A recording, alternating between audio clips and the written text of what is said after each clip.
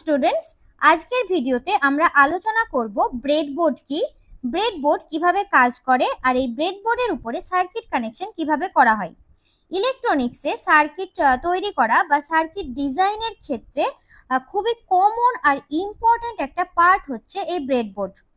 কোনো পার্মানেন্ট যদি তুমি কোনো ধরো সার্কিট তৈরি করতে চাইছো, মানে যেসব ক্ষেত্রে সোল্ডারিং করে ধরো সার্কিট তৈরি করতে হচ্ছে, সেক্ষেত্রে সেই সার্কিটটা ঠিক আছে কিনা, সেটা প্রপার কাজ করছে কিনা, বা কিছু চেঞ্জের যদি দরকার পড়ে সেক্ষেত্রে সেগুলি চেক করার জন্য প্রথমে কি করা হয়, সার্কিটটাকে এই ব্রেডবোর্ডের উপর করা হয়। কারণ এই ব্রেডবোর্ডের উপর যে সার্কিট সেটা পার্মানেন্ট সার্কিট না, সেটা এখানে সার্কিট তৈরি করে সেটাকে আবার তুমি খুলে ফেলতেও পারবে।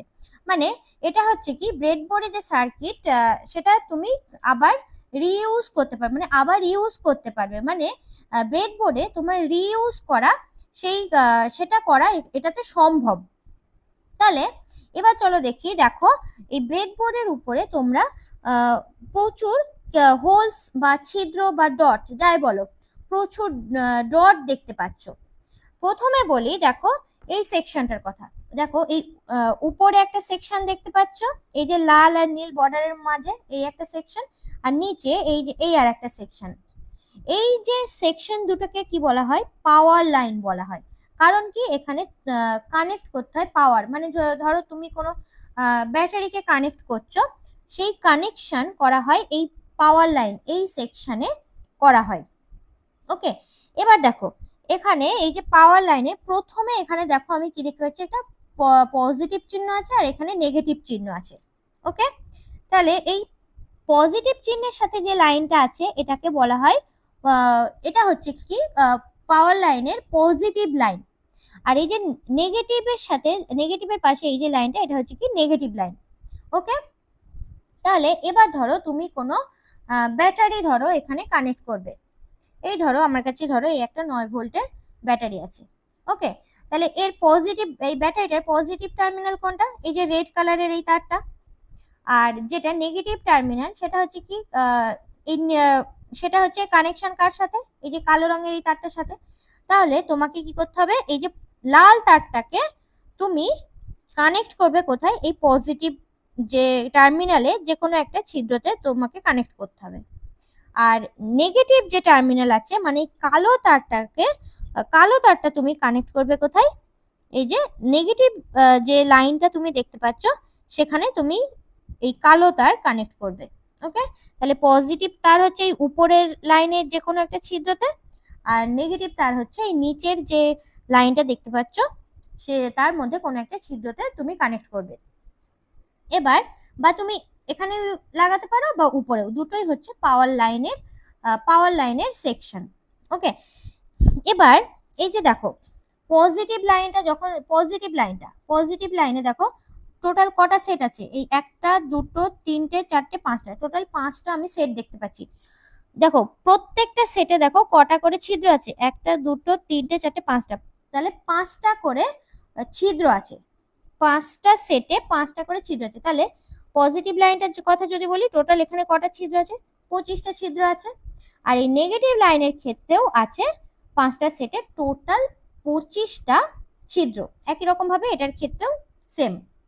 ওকে, আর এই যে বলছি, এই যে 25টা ছিদ্র উপরের বা নিচের, পজিটিভ লাইন বা নেগেটিভ লাইন, দুটো লাইনের ক্ষেত্রেই এই ছিদ্রগুলো কিন্তু পরস্পর কানেক্টেড। মানে পজিটিভ লাইনের 25টা ছিদ্র পরস্পরের সাথে কানেক্টেড, আবার নেগেটিভ লাইনের যে 25টা ছিদ্র তারা পরস্পরের সাথে কানেক্টেড। কিন্তু পজিটিভের যে ছিদ্র তার সাথে কিন্তু এই নেগেটিভের ছিদ্র যেগুলি আছে তার সাথে কিন্তু কানেকশন নেই। তাহলে কারা কানেক্টেড, পজিটিভ লাইনের যে 25টা ছিদ্র আছে তারা পরস্পরের সাথে কানেক্টেড, আর নেগেটিভ লাইনের যে 25টা ছিদ্র আছে তারা পরস্পরের সাথে কানেক্টেড। মানে কি হবে, আমি এই যে 9 ভোল্টের যে ব্যাটারিটা এখানে যদি কানেকশন করি, তাহলে এই যে ধরো এখানে 9 ভোল্টের এই ব্যাটারিটা আমি কানেক্ট করলাম এই পজিটিভ লাইনে, তাহলে এই প্রত্যেকটা ছিদ্র কি হয়ে যাবে, 9 ভোল্ট পাবে। ওকে, তাহলে কারণ কি, এরা প্রত্যেকটা ছিদ্র কিভাবে আছে, পরস্পরের সাথে কানেক্টেড আছে। তাহলে আমি যদি এখানে 9 ভোল্টের ব্যাটারি কানেক্ট করি, তাহলে প্রত্যেকটা ছিদ্র 9 ভোল্ট মানে সেম পোটেনশিয়াল পাবে। ওকে, আর এরপরে দেখো আমি দেখতে পাচ্ছি আর দুটো সেকশন, এই একটা সেকশন দেখতে পাচ্ছি আর এই আর একটা সেকশন দেখতে পাচ্ছি, যেখানে আমি এই সেকশনে দেখছি A B C D E, ই পর্যন্ত আছে, মানে এখানেও আমি 5টা করে ছিদ্র দেখতে পাচ্ছি। যদি আমি লম্বভাবে নিচের দিকে নামি, লম্বভাবে যদি নিচের দিকে নামি, A B C D E এইভাবে নামছি, মানে হচ্ছে কি ভার্টিক্যালি নামছি। আবার এইদিকে F G H I J এইভাবে লম্বভাবে যখন নিচের দিকে নামছি, বা এই মানে এইভাবে এইভাবে এইভাবে যখন আমি ভার্টিক্যালি নিচের দিকে নামছি, তখন আমি যখন এই 1 নম্বর, এই যে 1 নম্বর যে কলমটার কথা বলছি, এই 5টি পয়েন্ট কিন্তু পরস্পরের সাথে কানেক্টেড। আবার এই 1 নম্বর, এই দিকের 1 নম্বর লাইনের এই যে ভার্টিক্যালি যদি নামি এই কলমটা, এই কলমের প্রত্যেকটা পয়েন্ট পরস্পরের সাথে কানেক্টেড। এইরকমই প্রত্যেকটা কলমের এই যে 5টা করে যে ছিদ্রগুলো দেখতে পাচ্ছ, তারা কি ভার্টিক্যালি লম্বভাবে পরস্পরের সাথে কানেক্টেড। ওকে, কিন্তু আমি যদি এরকম হরাইজন্টালি যদি বলি, মানে 1 থেকে 30 পর্যন্ত যদি যাই, মানে এইভাবে যদি হরাইজন্টালি আমি যদি এগোই, তারা কিন্তু পরস্পরের সাথে কানেক্টেড না। মানে আমি কি বলতে চাইছি, 1 নম্বরের যে ধরো প্রথম ছিদ্রটার কথা যদি বলি, আর এই যে 2 নম্বরের যে প্রথম ছিদ্র তার কথা যদি বলি, তারা কিন্তু কানেক্টেড নেই। কিন্তু 1 নম্বরের এই A B C D E এই 5টা পয়েন্ট কানেক্টেড। আবার এই দিকের 1 নম্বরের যে এ বি, এই দিকের 1 নম্বরের যে F G H I J এই 5টা পয়েন্ট কানেক্টেড। এইভাবে কলাম বরাবর যদি নামো, নিচের দিকে নামো বা এই যে নামো, এরা হচ্ছে পরস্পরের সাথে কানেক্টেড। কিন্তু আমি যদি এভাবে হরাইজন্টালি যদি এগোই, তারা কিন্তু পরস্পরের সাথে কানেক্টেড নয়। ওকে, তাহলে আমাকে যদি ধরো এই এলইডি যে বাল্বটা আছে এটাকে যদি কানেক্ট করতে হয়, তাহলে আমাকে কিন্তু আমি যদি এইভাবে যদি ধরো এই 4 নম্বরের এইভাবে যদি আমি কানেক্ট করি, 4 নম্বর যে কলমটা নেমেছে ধরো এখানে, ধরো এইভাবে এই পাগুলোকে এর ভিতরে যদি ঢোকাই, এইভাবে কিন্তু যদি সার্কিট করি, তাহলে কিন্তু এটা কাজ করবে না। কারণ কি বললাম, যে এই যে 4 নম্বরে যে এরা ভার্টিক্যালি পরস্পরের সাথে কানেক্টেড, কাজ করবে না। কারণ কি, কারণ হচ্ছে এরা তখন কি হয়ে যাবে, শর্ট হয়ে যাবে। ওকে, তাহলে আমাকে এইকে কানেক্ট করতে হবে কিভাবে, এরকম হরাইজন্টালি কানেক্ট করতে হবে, তাহলে এরা শর্ট হবে না। ওকে, এভাবে কানেক্ট করতে হবে। কিংবা আমি যদি রেজিস্ট্যান্সের বা রোধের কথা বলি, রোধের ক্ষেত্রেও একই রকম, আমি যদি কানেক্ট করি এইভাবে হরাইজন্টাল বরাবর আমাকে কানেক্ট করতে হবে, মানে একই কলম বরাবর, এই যে একই কলম বরাবর এইভাবে যদি কানেক্ট করি, তাহলে এটা কাজ করবে না। কারণ তাহলে এটা কি হবে, এটা শর্ট হয়ে যাবে। ওকে, এবার এই যে বলছি যে এরা পরস্পরের সাথে কানেক্টেড, সেটা বোঝা যাবে যদি এই যে দেখো এটাকে যদি এইভাবে উল্টে দিই, এর পিছনে দেখো একটা আঠা মতো দেখতে পাচ্ছি, এই আঠা এই পোর্শনটাকে যদি আমি তুলে দিই, তাহলে সার্কিটটা দাঁড়াবে দেখো এইরকম। পাশের যে ছবিটা সেটার দিকে তাকিয়ে দেখো, এই যে পজিটিভ লাইন এখানে, যেটা আমি এখানে ড্র করেছি, পাশের ছবিটা এখানে আমি এইভাবে ড্র করেছি। দেখো এই পজিটিভ যে লাইনে বলেছিলাম কি 25টা ছিদ্র পরস্পরের সাথে কানেক্টেড, তাকিয়ে দেখো যে মেটাল যে স্ট্রিপ সেটা এক টানা এতটা পর্যন্তই আছে। আর নেগেটিভ লাইনের যে ছিদ্র 25টা ছিদ্র সেগুলো কানেক্টেড আছে এক টানা এই পর্যন্ত। একই রকম ভাবে এই নিচের সেকশনেও এইভাবে কানেক্টেড আছে সম্পূর্ণটা। আর এই যে দুটি সেকশনে ভার্টিক্যালি পয়েন্টগুলো কানেক্টেড ছিল, তাহলে দেখো মেটাল স্ট্রিপগুলো এইভাবে কানেকশনগুলো, ইন্টারনাল যে কানেকশন সেটি দেখো দেখানো আছে। ওকে, এবার এই যে ব্রেডবোর্ডের দিকে তাকিয়ে দেখো, এই যে এইখানে দেখো দুটি উঁচু অংশ দেখতে পাচ্ছ, আবার এই দিকেও দেখো উঁচু অংশ 3টে আছে, আর এই দিকে দেখো উল্টো দিকে আছে দেখো হোলস, বা এই দিকেও দেখো দেখতে পাবে হোলস।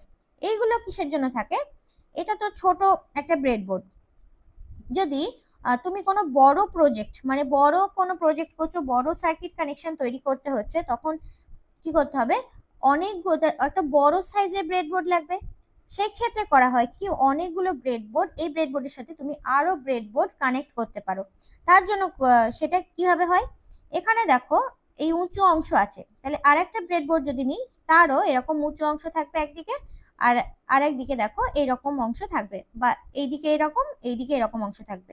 তাহলে সেটাকে কিভাবে কানেক্ট করা হবে, আরেকটা ব্রেডবোর্ডের যে এই যে হোলস যে পোর্শনটা, সেটা এখানে নিয়ে এসে এভাবে কানেক্ট করা হবে, বা এই হোলসের সাথে আর একটা ব্রেডবোর্ডের যে এই যে উঁচু পোর্শনটা আছে এইভাবে এনে সেটাকে কানেক্ট করা হবে। তাহলে একটা বড় সাইজের ব্রেডবোর্ড তৈরি হবে, যেখানে তুমি কোনো বড় প্রজেক্ট, বড় সার্কিট কানেকশন তোমরা করতে পারবে। এবার দেখো এই দুটি সেকশনের মাঝে একটা গ্যাপ ডিভাইডার আমরা দেখতে পাচ্ছি। এইরকম একটা গ্যাপ ডিভাইডার এরকম থাকার কারণ হচ্ছে মেনলি আইসি সেটাকে কানেক্ট করার জন্য।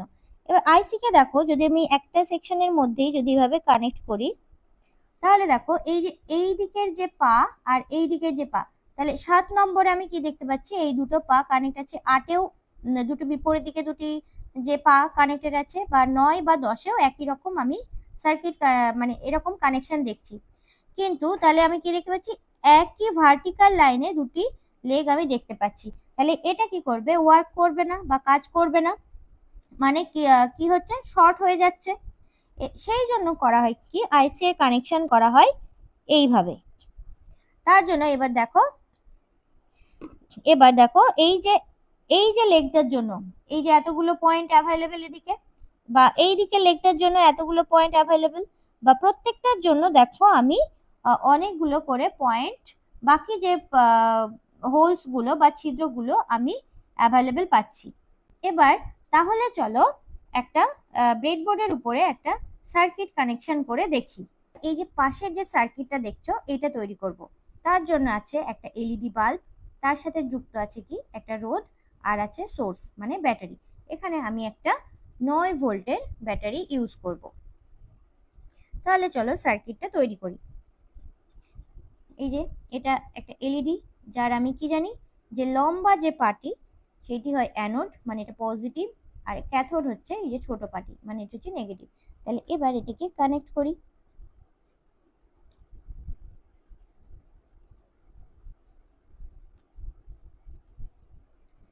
আর যে ব্যাটারি, তার পজিটিভ টার্মিনাল এই পজিটিভ লাইনে, আর যে নেগেটিভ টার্মিনাল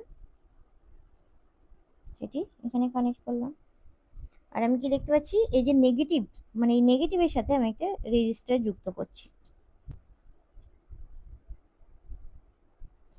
এই রেজিস্টার যোগ করলাম, আর যেটা এই রেজিস্টারে আমি কি দেখছি, ব্যাটারির নেগেটিভ মেরুতে যুক্ত আছে। তাহলে নেগেটিভ বা গ্রাউন্ড হচ্ছে কোনটা, এইটা। আর দেখছি কি এলইডির যে পজিটিভ সেটা কানেক্ট আছে কার সাথে, ব্যাটারির যে পজিটিভ যে টার্মিনাল তার সাথে। তাহলে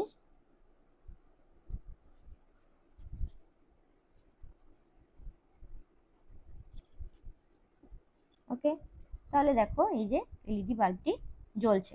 এবার যদি আরেকটি এলইডি বাল্ব যদি যুক্ত করি, দেখি এবার এটাকে প্যারালালে আমি কানেক্ট করছি। এটা দেখো, এটা লম্বা পা, মানে এটা হচ্ছে পজিটিভ, আর এটা হচ্ছে নেগেটিভ। তাহলে কানেক্ট করলাম।